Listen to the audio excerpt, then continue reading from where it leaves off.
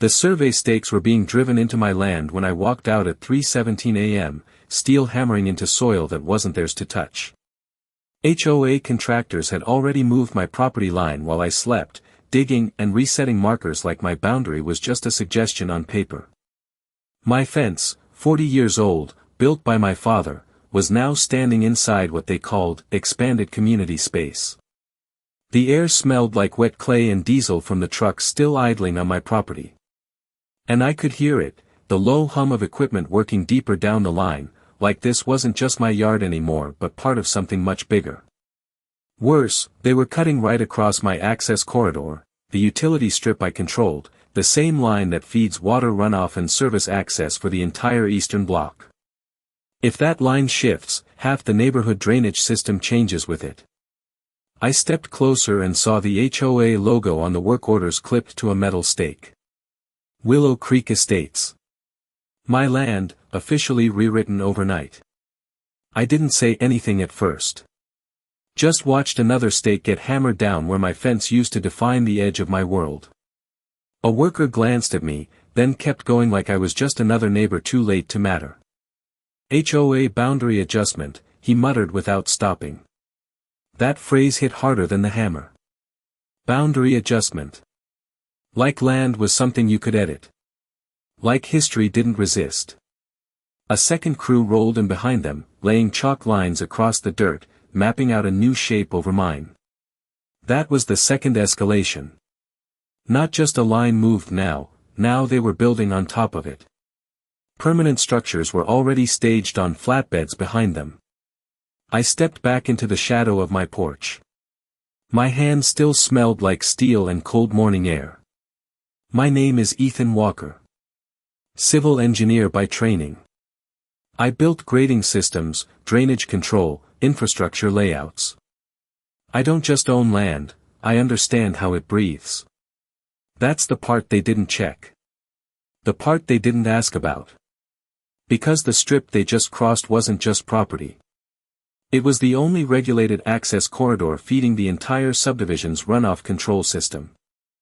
One wrong shift and their expansion starts flooding basements 2 streets over.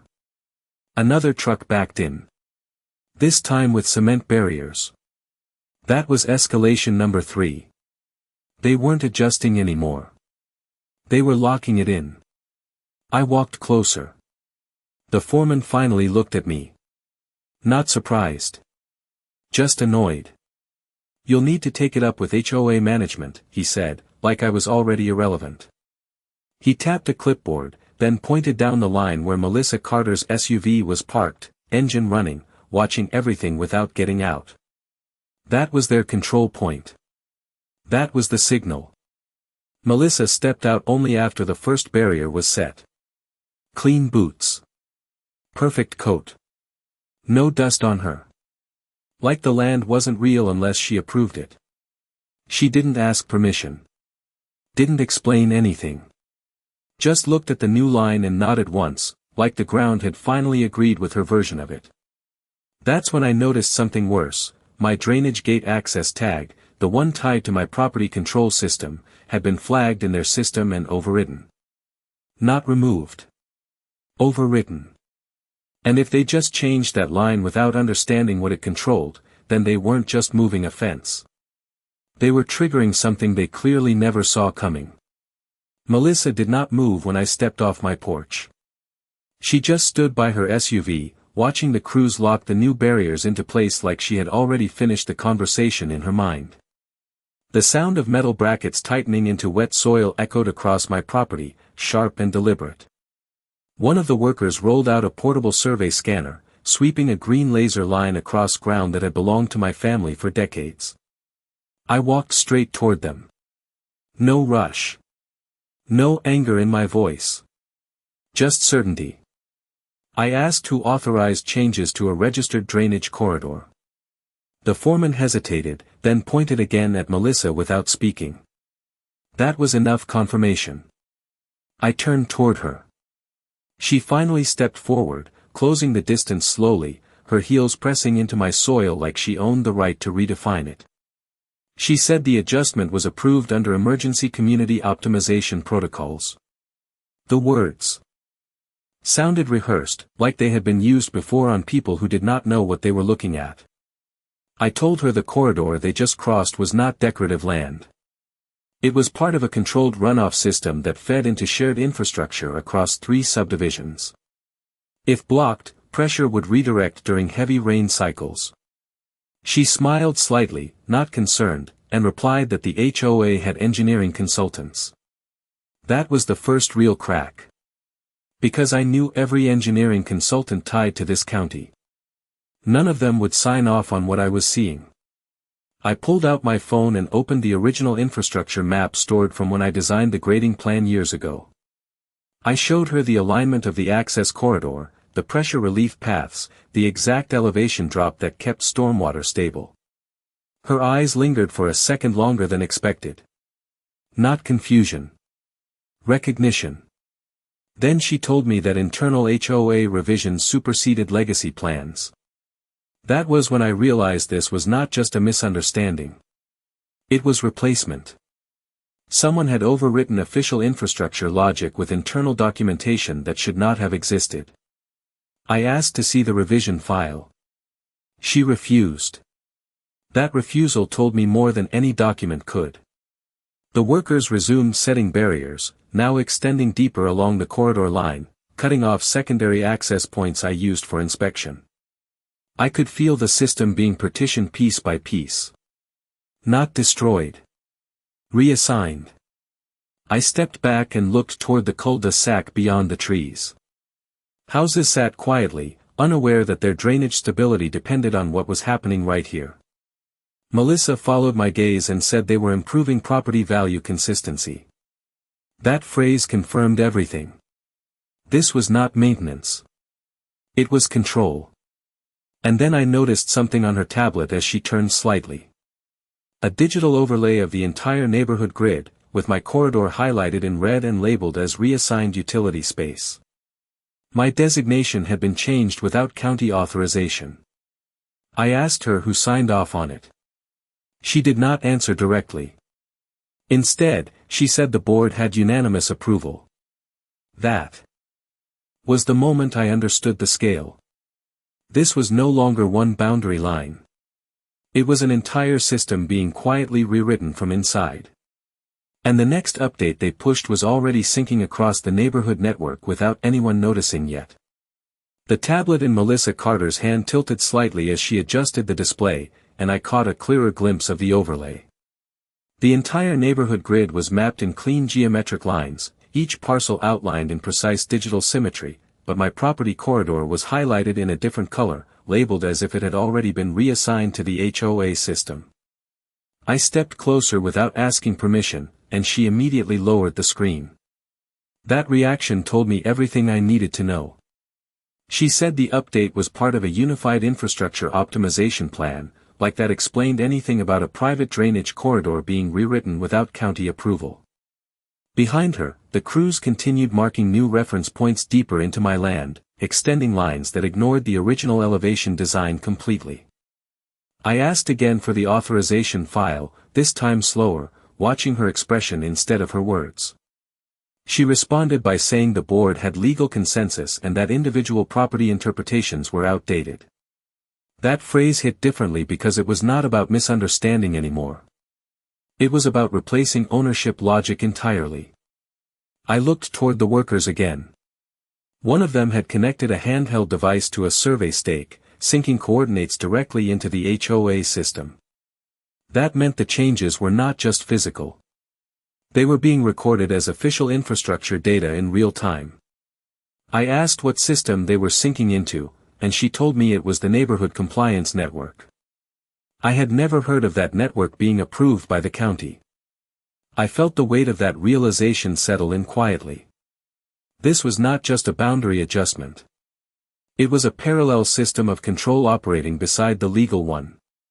I told her that any modification to drainage or utility corridors required county engineering approval. She did not argue. She simply said the HOA had already coordinated internally. That was the second escalation, because coordination inside the HOA should never have replaced external oversight. I stepped back and scanned the corridor again. The markers now stretched farther than before, reaching toward the shared retention basin that controlled runoff from multiple streets. If they completed this, the entire water flow model would shift. I noticed another detail on the tablet before she fully closed it. A time-stamped approval log showing multiple board signatures, all digitally confirmed within the last 48 hours. None of those signatures matched any registered county authority. That meant someone had fabricated operational approval inside their system and pushed it as infrastructure truth. I asked her directly who maintained the compliance network. She hesitated for the first time. Then she said it was managed through a third-party contractor hired by the HOA board. That was the moment the pattern became clear. The system they were using was not just recording changes. It was validating them as official reality inside their own framework. I turned my attention back to the ground where the new boundary markers had been placed. The alignment was precise, almost too precise, cutting directly through a known pressure relief channel I had personally designed years ago. I knew exactly what that channel did under heavy rainfall conditions. And if their system continued treating it as ordinary land instead of controlled infrastructure, then the next update they pushed would not just affect property lines, it would affect the entire flow model the neighborhood depended on without them realizing it yet. The morning crews were still working when I returned to the corridor line, but the energy had shifted. The markers were now extending deeper into the drainage path, and the sound of survey equipment clicking coordinates echoed like a countdown I had not agreed to. I stood at the edge of the grass and watched another stake get locked into place, this time directly over a slope marker I recognized instantly. That slope controlled the runoff timing for nearly half the eastern section of Willow Creek Estates. If it was altered, water would no longer follow the engineered delay path. It would move faster than the system was designed to handle. I looked toward Melissa Carter's SUV again. She was not outside now, but I could see movement inside through the tinted glass. The system was still running through her authority, even if she was not physically present. That was the third escalation. Decisions were no longer happening on site. They were being executed remotely through their compliance network. I walked along the new boundary line, watching how the ground dipped slightly where the original channel had been flattened. The change was subtle, but to me it was obvious. This was not landscaping. It was functional infrastructure being reclassified as ordinary property. A technician nearby adjusted his tablet and the map overlay refreshed in real time. My corridor shifted again on screen, snapping into the new HOA-defined alignment as if the earth itself had agreed to it. I asked him what happens when county records do not match their system.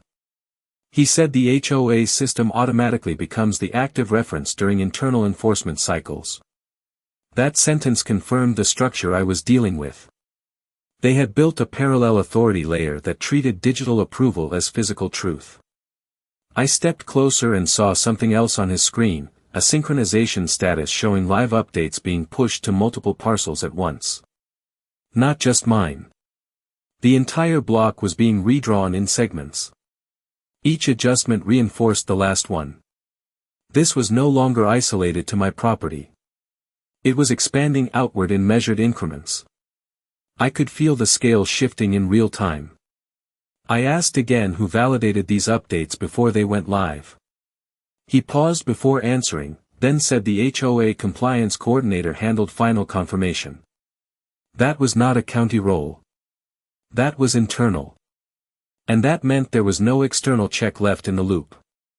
I looked back at the corridor and realized the drainage path was now partially segmented by their new line. The original continuous flow design had been broken into sections, each labeled under different parcel control. That kind of fragmentation would normally require engineering review, hydrology modeling, and county approval. None of that had happened. Yet the system was already treating it as final. I pulled out my phone and opened my archived design files again, comparing the original elevation map to what was physically happening in front of me. The mismatch was no longer small. It was structural. Entire flow dependencies were being reassigned to wrong elevations. I could see the downstream impact forming already in theory. The system they were building would hold under normal conditions. But it was no longer aligned with the actual land behavior. I took a slow breath and watched another update sink across the network. My corridor had just been relabeled again, this time extending into a section that controlled overflow distribution. And somewhere behind that update, something critical was about to lose balance without anyone on their side realizing it yet. The first notice arrived before I even stepped inside my house. A printed alert slid under my door, still warm from the printer, stamped with the HOA compliance seal. It listed my property corridor as pending infrastructure realignment confirmation, as if the ground outside had not already been physically changed. I stood in the kitchen reading it while the sound of distant machinery still echoed through the windows. Another update pinged my phone seconds later. Same corridor. New classification. Non-compliant drainage segment. I looked up toward the window. Outside, a new survey crew had arrived without announcement, extending the markers further into the slope I had already flagged as critical. That was the first escalation inside the system itself. The change was no longer localized in the field. It was being enforced as a continuous update cycle across the neighborhood network. I drove to the HOA office within the hour. The building looked unchanged, but the atmosphere inside had shifted. Fewer people at the front desk. More screens on the walls displaying the neighborhood grid. My corridor was highlighted in red again, but now it carried a secondary label, pending enforcement validation.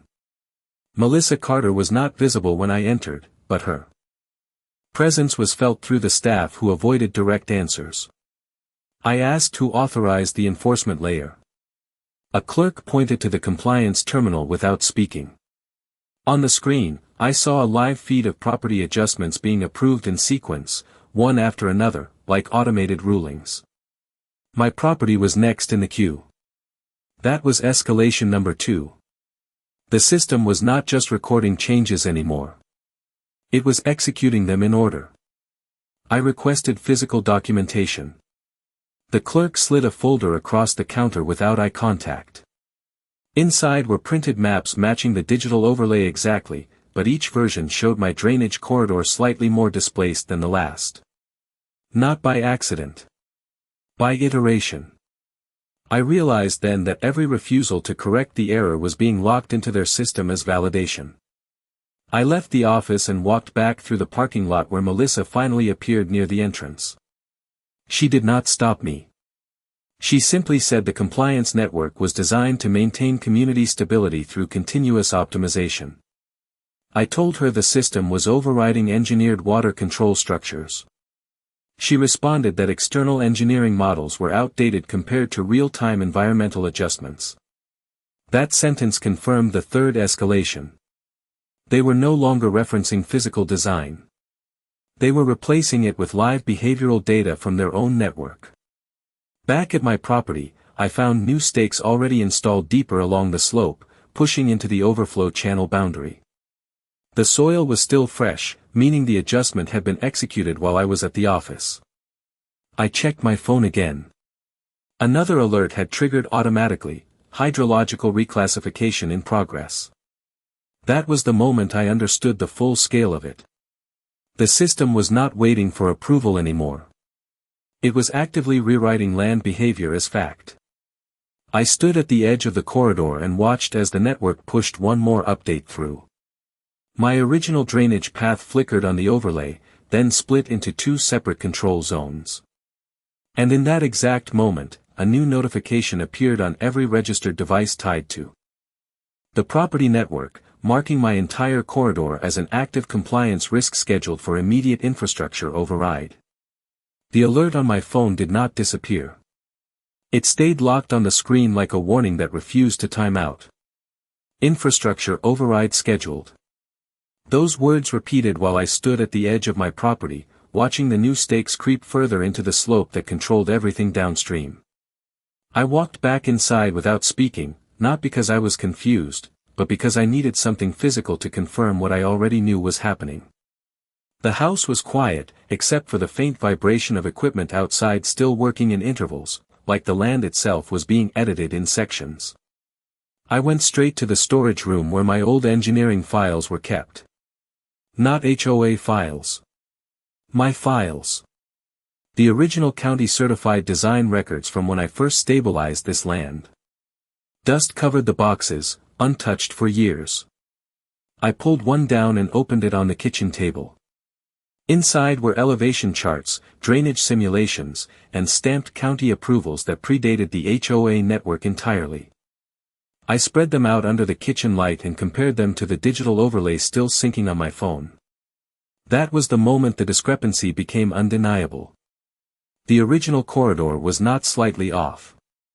It was structurally displaced in their system by nearly 12 feet at key pressure points. I zoomed in on the retention model and felt my focus narrow. This was not a random error. It was a deliberate recalibration of terrain logic. I opened my laptop and accessed the archived county GIS database I had retained from my consulting years. The system still recognized my credentials. That alone told me something important. The official record had not changed. Only their version had. I pulled up both maps side by side. On one screen, the county-certified hydrology path flowed cleanly through the natural slope as designed.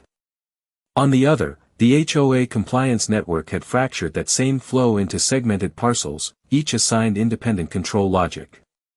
That was escalation number 1 in this phase. They were not just moving land anymore. They were breaking continuous systems into artificial units that no longer behaved correctly under real conditions. I traced the divergence points with my cursor. Every deviation aligned with where their new stakes had been placed. That meant the physical work and the digital override were synchronized. I leaned back for a moment and listened to the silence in the room. No traffic. No voices. Just the faint mechanical rhythm outside continuing like a heartbeat I could not stop. I started reviewing older documents, specifically the original county inspection notes. That was when I found it. A single amendment record buried under routine filings. It referenced Future Community Managed Adjustment Authority. The date stamp was recent, far too recent to belong to the original design era. That meant someone had inserted legal language into a system that should have been static. Not updating it. Reauthorizing it. I checked the signature metadata. It was tied to an external compliance contractor linked directly to the HOA network. That was escalation number 2. The system was no longer just interpreting data. It was injecting authority back into historical records and rewriting them as if they had always existed. I walked back outside with the printed maps in hand. The corridor was now marked with additional segmentation lines I had not seen an hour before. The update cycle was accelerating. Each refresh was tightening control over smaller and smaller sections of land, like the system was learning how to break continuity more efficiently. I stood at the slope again and looked down toward the retention basin. If their model kept diverging from the real elevation path, the pressure distribution would no longer follow engineered timing. It would shift unpredictably during the next sustained rainfall event. I did not say anything out loud. I simply watched as my phone pinged again. Another update. This time labeling the entire drainage corridor as fully integrated into HOA managed infrastructure layer. And beneath that line, a new status appeared that had never existed in the county system before, indicating the override sequence had already begun executing across connected properties without manual confirmation. The system did not slow down. It accelerated. That was the first thing I noticed when I checked my phone again. The HOA compliance network was no longer issuing individual updates. It was pushing them in clusters, like multiple sections of land were being rewritten at the same time under a single command structure. I stood in my kitchen with the original county map still spread across the table, comparing them to the live overlay on my laptop. Every refresh tightened the deviation. Every cycle pulled the engineered drainage path further away from reality. I could see it now as a full pattern. Not random adjustments. Not even phased construction. It was a complete system replacement happening in real time. I grabbed my keys and drove back out to the corridor, not because I expected anything to change physically in my absence, but because I needed to see how far the physical execution had caught up with the digital model. When I arrived, the site was busier. Additional markers had been installed, and temporary barriers now formed a continuous line cutting deeper into the slope. A second crew had joined without notice, laying down stabilization fabric over soil that should have remained part of the active drainage field. I stood there and watched as a tablet synced another batch of updates into the system. That was escalation number 1 in this phase. They were scaling execution capacity, not just modifying coordinates. Melissa Carter arrived shortly after, stepping out of her SUV with the same controlled pace as before, but this time she was not alone. 2 additional HOA representatives followed her, each carrying tablets already open to the compliance interface. She did not look surprised to see me there. In fact, she looked like my presence was already accounted for in the system. She said the board had authorized a full corridor stabilization initiative to improve long-term property resilience. I asked her to define stabilization in engineering terms. She did not answer directly. Instead, she gestured toward the slope and said the system was now optimizing water distribution based on real-time community data. Inputs. That was escalation number 2. They were no longer referencing static design principles. They were actively replacing hydrological engineering with behavioral modeling derived from their network. I walked closer to the edge of the corridor and noticed something critical. The slope markers were no longer aligned with original elevation contours. They had been adjusted to match a simplified gradient model stored in the HOA system, ignoring the actual terrain breaks that controlled flow velocity. That meant during sustained rainfall, water would no longer distribute evenly. It would accelerate into unnatural channels. I pointed that out. One of the representatives responded that the system accounted for adaptive correction cycles. That phrase confirmed the third escalation. They believed the system would fix itself in real time, even though it was already diverging from physical law. I looked back at Melissa and asked when the county last reviewed these changes. She hesitated for half a second before saying county oversight was integrated through historical compliance agreements. That was not an answer.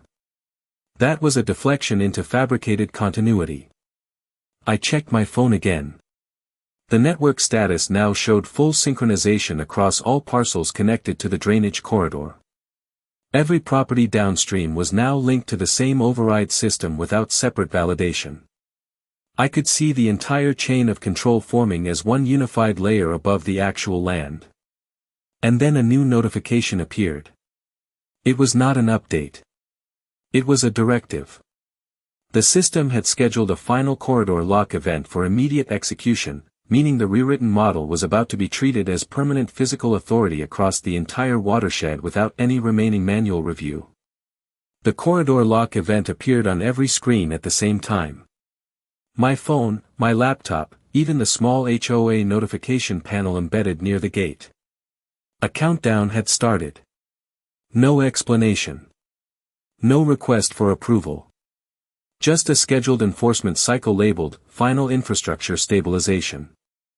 I stood in my house and watched the system prepare to execute itself. Outside, the crews had stopped working. Not because they were finished, but because they were waiting. Melissa Carter was already at the edge of the slope again, this time joined by 3 board members and a technician holding a direct network uplink device. The air felt still, like even the machinery understood something irreversible was about to happen. I walked toward them without rushing. Each step felt measured because I was no longer reacting.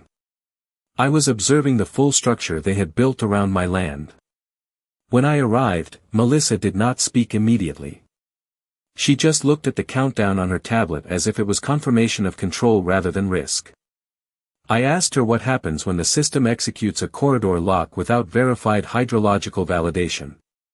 She said the system was already validated through internal consensus. That was escalation number 1. They had replaced engineering validation entirely with administrative agreement. I pointed toward the slope again, where the altered drainage path had now been segmented into multiple artificial control zones. I explained that the original flow model depended on uninterrupted gradient continuity, not segmented behavioral logic. One of the board members responded that the system compensated dynamically. That phrase told me everything. They believed adaptation would override physics. The technician then connected the uplink device directly to the main network node installed near the stakes. I could see live data streams updating across multiple properties at once. My corridor was no longer isolated. It was part of a synchronized enforcement grid. That was escalation number 2. I stepped closer and noticed the system had already begun preloading final configuration parameters. The original county elevation data had been fully replaced in the active model. Not hidden. Erased. I asked again for the county override authorization. Melissa finally answered that the HOA had been granted delegated infrastructure authority through historical compliance extension protocols. I knew that phrase was not part of any legitimate county framework. It was internal language designed to mimic legality. The countdown reached under 1 minute. I could feel the tension shift in the environment, not emotionally, but mechanically, as if multiple systems were preparing to converge on a single decision point. I opened my laptop right there at the edge of the slope and accessed the archived engineering simulations one more time. I overlaid them with the live system feed. The divergence was now absolute. The real terrain model and the HOA system model no longer shared any functional alignment. That meant whatever executed next would not adjust the land. It would override interpretation of the land itself. Melissa looked at the screen I was holding but did not comment. The technician announced that the final lock sequence was ready. I asked one last question, calmly, about what happens when a locked system contradicts physical drainage capacity during peak flow conditions. No one answered. The countdown reached 10 seconds. I watched the network confirm final synchronization across every connected parcel. And just as the system prepared to commit the override, a new alert appeared on my device showing a previously hidden county verification layer had just been triggered, pulling the entire enforcement cycle into a review state before execution could complete. The moment the review state triggered, everything on the HOA system froze for half a second. Not physically. Digitally. Every screen in front of Melissa Carter, every tablet held by the board members, every live feed from the corridor showed the same status change at once. County verification layer engaged. The countdown did not continue. It stopped at 3 seconds. No one spoke. Even the technician holding the uplink device looked down at his screen as if it had just disagreed with him. I stood at the edge of the slope watching the system hesitate. That hesitation mattered more than the countdown itself. Because it meant the override was not absolute. It meant there was still a higher authority embedded somewhere in the structure they had tried to replace. Melissa stepped forward first, trying to reinitiate the sequence from her tablet. The system rejected the command. That was escalation number 1. Not a failure. A denial of execution. She tried again, slower this time, entering credentials manually. The interface flashed red and locked her out of the corridor module entirely. The technician immediately disconnected the uplink device as if it had suddenly become irrelevant. I could see confusion spreading across the group, not emotional panic, but procedural confusion, the kind that happens when a system stops behaving according to its assumed hierarchy. I opened my laptop again, watching the county verification layer expand across the entire network map. It was not just reviewing the corridor anymore. It was pulling every connected parcel into a unified audit state. That meant every adjustment the HOA had made across the drainage system was now under simultaneous review. I looked at Melissa and asked quietly who originally granted them infrastructure delegation authority. She did not answer immediately. Instead, she said the county had previously approved limited community management rights through legacy agreements. I shook my head because I had already seen those agreements. None of them covered structural alteration of hydrological corridors. That was escalation number 2. Their entire system was built on an extension of authority that did not legally exist at this scale. A notification appeared on my screen again, this time from the county GIS interface directly. Discrepancy detected between active enforcement model and certified infrastructure topology. The words were clinical, but their effect was immediate. The HOA compliance grid began to fracture visually across all displays. Segments of land that had been reassigned were reverting to original county coordinates in real time. Melissa tried to speak, but stopped mid-sentence when her tablet lost access to the network entirely. The technician stepped back completely now, holding the uplink device like it had gone dead in his hands. I turned toward the slope again. The stakes that had been placed earlier were still physically there, but the digital overlay identifying them as boundary control points had vanished. It was as if the system had stopped recognizing its own modifications. That was escalation number 3. Not correction. Reversal. I checked the live feed on my laptop. The county verification layer was not just reviewing anymore. It was actively rolling back unauthorized structural changes across the watershed model. Every segmented drainage channel was being reconnected to its original continuous flow path. I looked back at Melissa. For the first time, she was not looking at the system. She was looking at the ground, as if trying to understand what remained real versus what had just been removed from authority. No one issued a final command. No one needed to. The system had already chosen the verified model over the constructed one. And as the last update finished syncing across the network, the entire HOA compliance grid went dark, leaving only the original county infrastructure map visible on every screen, showing the corridor exactly where it had always been.